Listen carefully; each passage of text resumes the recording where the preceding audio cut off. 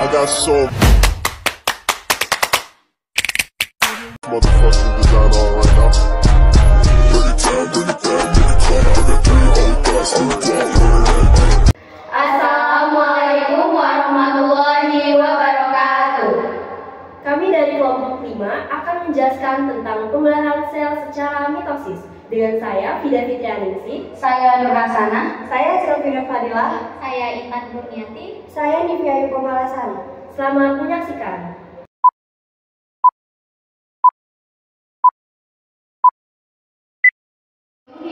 Halo teman-teman, gimana nih kabarnya? Semoga tetap sehat selalu ya. Di video ini akan dibahas tentang pembelahan sel secara mitosis.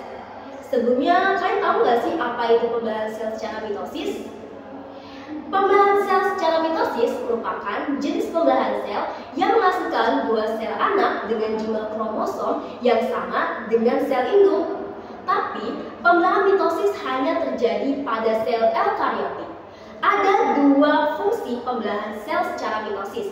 Yang pertama, yaitu untuk membentuk sel-sel baru agar organisme dapat tumbuh. Dan yang kedua, yaitu untuk mengganti sel-sel yang rusak. Terus gimana sih tahapan dalam pembelahan sel secara mitosis? Simak terus ya videonya. Jadi pada pembelahan mitosis ini ada 4 tahap teman-teman. Yang pertama ada tahap profase, metafase, anafase, dan telofase. Di sini saya akan menjelaskan tentang tahap profase, di mana pada tahap ini sentrosom mengalami replikasi sehingga sentrosom menjadi 2 dan masing-masing sentrosom akan bergerak menuju kutub-kutub inti sel yang letaknya saling berlawanan. Nah, di saat yang bersamaan mikrotubulus akan terlihat di antara 2 sentrosom ini. Nah, jadi apa sih mikrotubulus itu? Mikrotubulus itu adalah sel protein panjang yang memanjang dari sentriol ke segala arah, gitu ya. Nanti itu mikrotubulus itu akan membentuk gulungan benang yang biasa kita sebut sebagai benang-benang spindel. Nah, setelah itu benang-benang kromatin mulai mengalami penebalan sehingga membentuklah kromosom. Dan pada tahap akhir profase ini nukleus dan membran inti sel mulai menghilang dan benang-benang spindel mulai terbentang. Apa sih fungsinya benang spindel ini? Nanti benang spindel ini berfungsi untuk menarik kromosom ke arah inti sel, di mana itu akan dilakukan oleh tahap yang selanjutnya.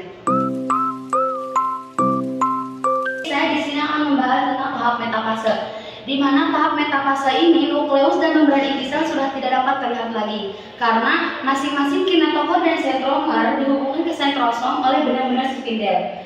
Nah, kemudian pasangan kromatid bergerak ke bagian tengah inti sel, bisa disebut juga dengan bilah ekuator. Mereka membentuk lempengan metafase. Nah, posisi kromosom yang terletak pada bagian ini, pada bagian tengah inti sel, itu akan lebih mudah untuk dilihat gitu joloh. Jadi si sentrosom berada di tengah inti sel itu, si sentrosom itu bisa dilihat dengan jelas dan bisa dihitung dengan jelas. Oke, jadi tahap selanjutnya ada tahap anafase. Pada tahap anafase ini terjadi pemisahan kromatid dari sentromer sehingga menghasilkan kromosom yang baru. Pada tahap ini kromosom ditarik oleh benang-benang spindel sehingga untuk mengetahui jumlah kromosom yang satu, jumlahnya sampai dengan kromosom yang lainnya.